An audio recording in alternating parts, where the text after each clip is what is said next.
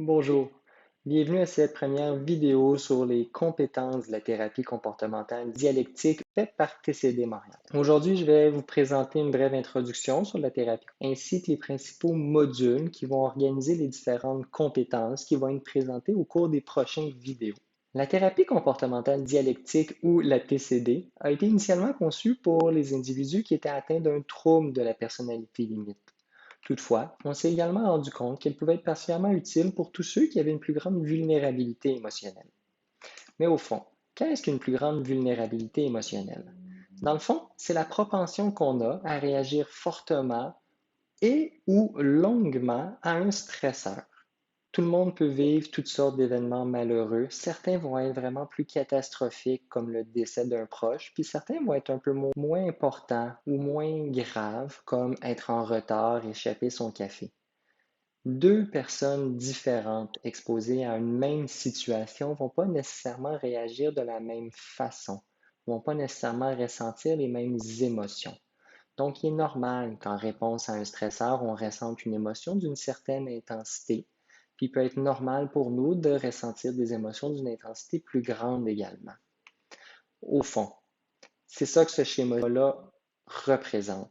Certaines personnes, en réponse à un même stresseur, vont avoir une réponse, une intensité d'émotion qui va représenter la courbe en bleu, puis d'autres vont avoir une réponse qui va représenter la courbe orange. En même temps, ce qu'on constate comme différence entre les différentes courbes, la courbe en bleu et la courbe orange, c'est que non seulement la courbe orange va être plus intense, elle va atteindre un point plus haut, mais elle va également durer plus longtemps. Ça va être plus long avant que l'émotion s'apaise. Des fois, ça peut durer des heures, des jours, des semaines à la limite. Et lorsqu'il est plus long avant que l'émotion s'apaise, mais lorsqu'on veut un deuxième événement, un nouveau stresseur, on va à nouveau ressentir des émotions qui vont être encore plus intenses. Et c'est entre autres pour ça que certaines personnes vont être plus souvent envahies par des émotions négatives. Mais au fond, pourquoi est-ce que certaines personnes ont une vulnérabilité émotionnelle plus importante? C'est généralement dû à une combinaison de différents facteurs. Dans un premier temps, il y a des gens qui ont une prédisposition biologique, un dysfonctionnement biologique, si on veut, dans leur système de régulation des émotions.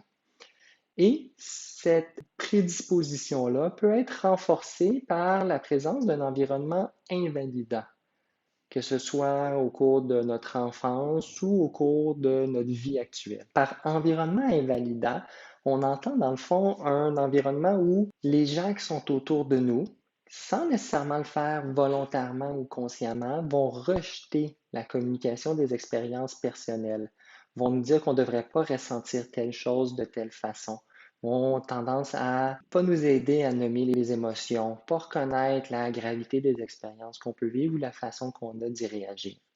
Si l'environnement est validant, on va avoir aussi tendance à punir l'expression des émotions, mais au contraire, renforcer de manière irrégulière et inappropriée les émotions qui vont être plus intenses.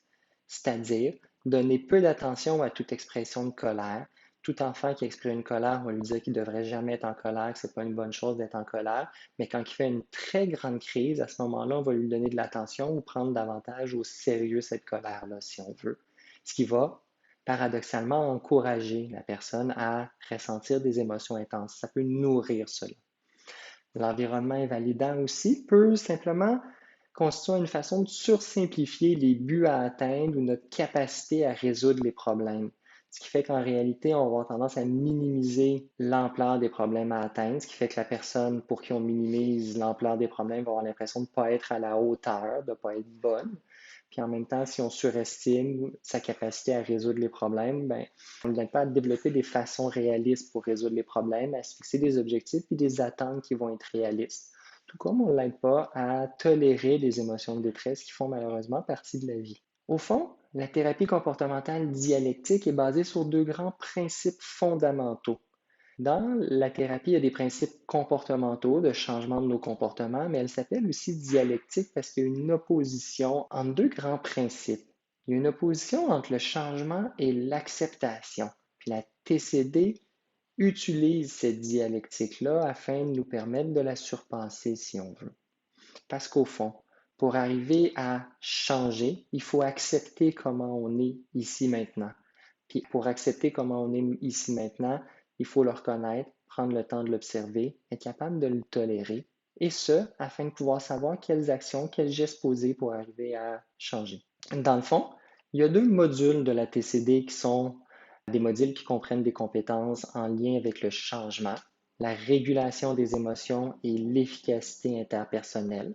Et il y a deux modules qui sont davantage en lien avec l'acceptation, la tolérance à la détresse, des compétences qu'on peut utiliser pour s'apaiser dans l'ici et maintenant, et également des compétences de pleine conscience qui vont permettre d'être mieux en contact avec le moment présent et d'avoir un meilleur contrôle sur notre esprit. Au cours des prochaines vidéos, dans le fond, on va vous présenter chacune des principales compétences de la TCD. On va vous fournir des brefs résumés avec parfois certains exemples ou certains outils pour vous aider à les mettre en pratique.